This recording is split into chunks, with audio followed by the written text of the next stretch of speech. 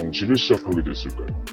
네, 저는 앞으로도 정치를 할 생각은 전혀 없습니다. 그리고 정치 쪽은 제가 잘할 수 있는 분야가 아니라고 생각을 합니다. 그 심경이 변한 이유는 무엇일까요?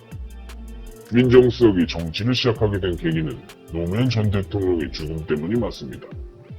이명박 정권 때의 중수부 수사로 인해 근계를 감추기 위해 정치판에 뛰어든 것입니다.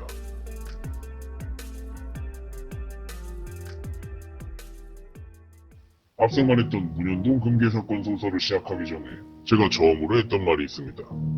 2002년 이후 우리나라의 모든 선거는 전자개표기 부정선거로부터 자유로울 수 없다는 말입니다. 그렇다면 한 가지 의문점이 듭니다.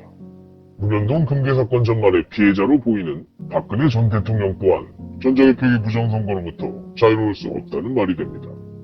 우리나라 제18대 대통령 선거에서 당선됐으니까요. 박근혜 전 대통령이 전자개표기 부정선거에 대해 몰랐다면 피해자가 되는 것이 맞지만 만일 알았다면 그들과 공범이 되거나 혹은 알았지만 자신이 손을 쓸 수는 없는 상태였다는 말도 됩니다. 우리나라의 부정선거는 크게 두 가지 방식으로 나누어 볼 수 있습니다. 첫 번째는 투표지 분류기 방식이고 두 번째는 가짜 투표지 투입 방식입니다. 투표지 분류기 부정선거 방식은 표를 조금씩 상대 후보에게 넘기는 방식으로 이루어집니다. 예를 들어 이회창 후보의 표 10개 중 1개를 노무현 후보에게 넘기는 방식입니다. 그렇게 되면 이회창 후보는 표 1개가 줄은 9개가 되고 노무현 후보는 표 1개가 늘은 2개가 됩니다.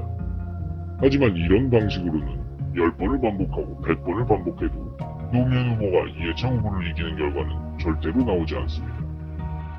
애초에 9대1이나 8대2 수준에서 시작해서는 전자개표기 부정선거를 성공시키는 게 불가능하다는 말입니다.